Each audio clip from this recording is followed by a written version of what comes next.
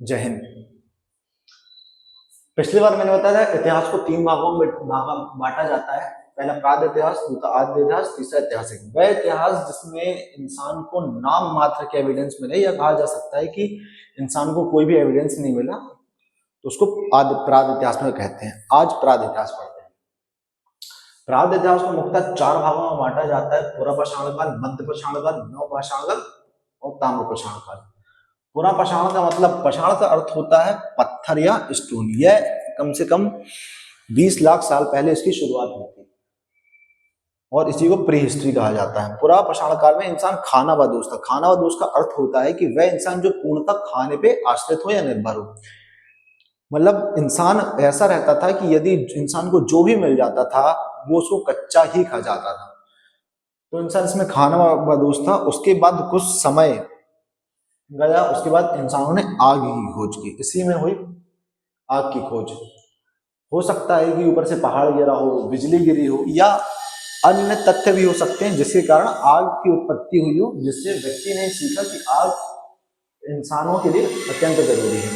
इसमें एक चित्रकारी मिली एक पत्थर पर।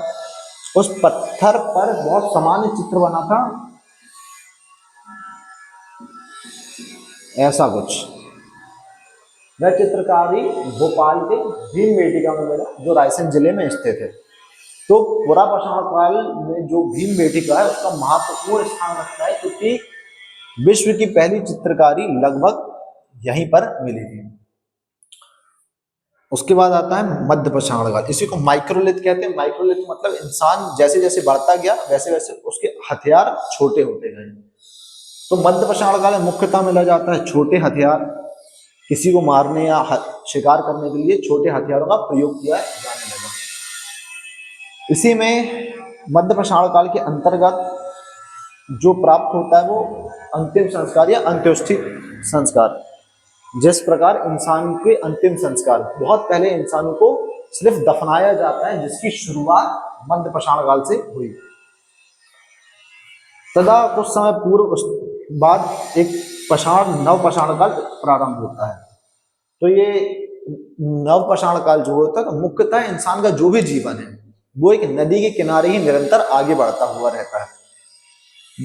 क्योंकि आज मंडला जिले में जो नर्मदा नदी है, यदि वह नर्मदा नदी नहीं होती तो आज मानव या मंडला के लोग यहाँ पर कभी नहीं रहते। तो किसी भी इंसान को जीवन जीने के लिए जिस पानी की जरूरत होती है, तो पानी के लिए नवपाषाण में इंसान स्थायी निवास प्रारंभ किया, क्योंकि नदी के किनारे था। स्थायी निवास के आगे बढ़ते हुए क्रम में इंसान आवक जावक के रास्ते या खेती प्रारंभ की। तो खेती प्रारंभ करने से नवपाषाण काल में ही मिला पहिया। तो इंसान ने जो पहिए की खोज की वो नवपाषाण काल में की। जो आज भी आप कभी गांवों में जाके देखोगे तो आज जो बैलगाड़ी चलते हैं, बैलगाड़ी में पहिया लगे होते हैं। नवपाषाण में एक जानवर को पाला गया कुत्ता। आज भी अमूमन सभी घरों पे कुत्ता पाला जाता है। आप जिस भी घर में देखेंगे या मोहल्ले में आपके एक कुत्ता पाला होगा। तो जो कुत्ता पालने की शुरुआत हुई थी वह नवपाषाण काल में हुई थी। ठीक, इसी काल में खेती भी प्रारंभ हुई और मनका भी मिला। मनका जिसको मध्य प्रदेश में मटका कहा जाता है।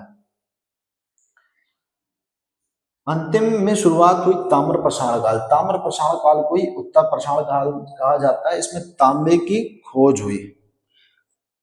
ठीक है, दो तांबे की खोज ताम्रपाषाण काल में हुई है। यह मुख्यतः इसी को प्री हिस्ट्री कहा जाता है। ये प्री हिस्ट्री आपकी खत्म होती है। अपन बहुत जल्द आद्य इतिहास यानी हाफ हिस्ट्री पढ़ना प्रारंभ करेंगे। धन्यवाद। जय हिंद।